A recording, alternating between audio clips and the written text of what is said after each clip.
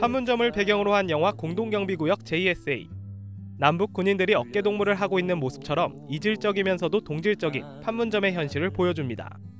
판문점은 유일하게 철책선 없이 남과 북이 얼굴을 마주하는 곳입니다.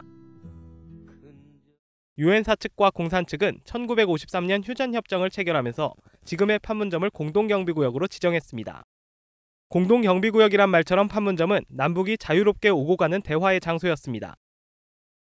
이산가족 상봉을 위한 남북의 첫 대화가 이곳에서 시작했고, 국토가 분단된 지 26해 만에 남북한 적십자 사이의 첫 공식 대면이 판문점에서 이루어졌습니다. 남북한 적십자 간의 첫 대면은 비록 짧은 몇 분에 지나지 않았지만은 26년이라는 긴 세월을 생각할 때 정말 역사적인 순간이었습니다. 이듬해 7월엔 남북이 다시 만나 7.4 공동성명을 채택했습니다. 사반세기 동안 막혔던 남과 북 사이에 대화의 길이 트이기 시작했습니다. 우리나라의 자주적인 평화 통일을 추구하는 7개 항의 공동성명이 7월 4일 서울과 평양에서 동시에 발표됐습니다. 하지만 1976년 도끼 만행 사건으로 판문점은 남북에게 가장 가깝고도 먼 곳이 됐습니다. 8월 18일 오전 판문점 공동경비구역 안에서 노무자들의 작업을 경비하던 유엔군 경비병들을 북한군의 경비병 약 30명이 계획적으로 기습해와서 악랄한 살인 만행을 저질렀습니다. 이 사건을 계기로 판문점 공동경비구역은 둘로 나뉘었고 군사분계선이 생겼습니다. 이후 판문점은 고 정주영 현대그룹 명예회장이 소떼 1000마리를 트럭에 싣고 지나가는 역사적인 장면을 연출하기도 했지만 수십 년간 남북분단의 상징으로 남았습니다. 그러던 분위기가 반전된 건 올해 초 평창 동계올림픽을 앞두고 우리 정부가 북측에 고위급 회담을 제시하면서부터입니다. 1월 9일 판문점 평화의 집에서 고위급 남북 당국회담을 개최할 것을 북측에 제의합니다.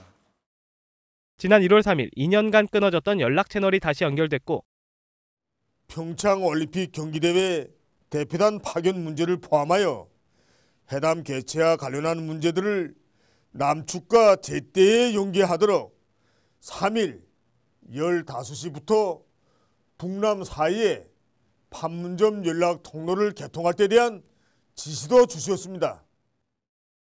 9일 판문점에서 열린 고위급 회담에선 북한의 평창올림픽 참가 등 남북 공동보도문이 채택됐습니다.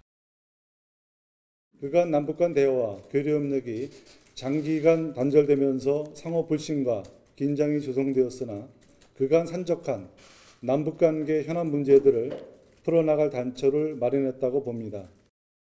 그리고 오는 27일 역사적인 남북 정상회담에 이르렀습니다.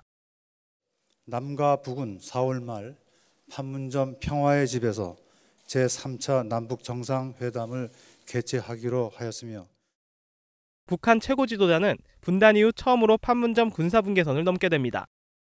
평화의 집은 유엔사 관할이라는 측면도 있습니다. 그래서 사실 북한의 정상이 평화의 집을 찾는 것은 상당히 부담스러울 수 있는 부분입니다. 그런데 이번 김정일 위원장이 오기로 한 부분은 결국은 이제 분단을 극복하고자 하는 70년 세월 동안 분단의 상징이었던 판문점 공동경비구역. 남북 정상회담을 계기로 평화의 상징으로 거듭날 수 있을지 주목됩니다. KTV 문기혁입니다.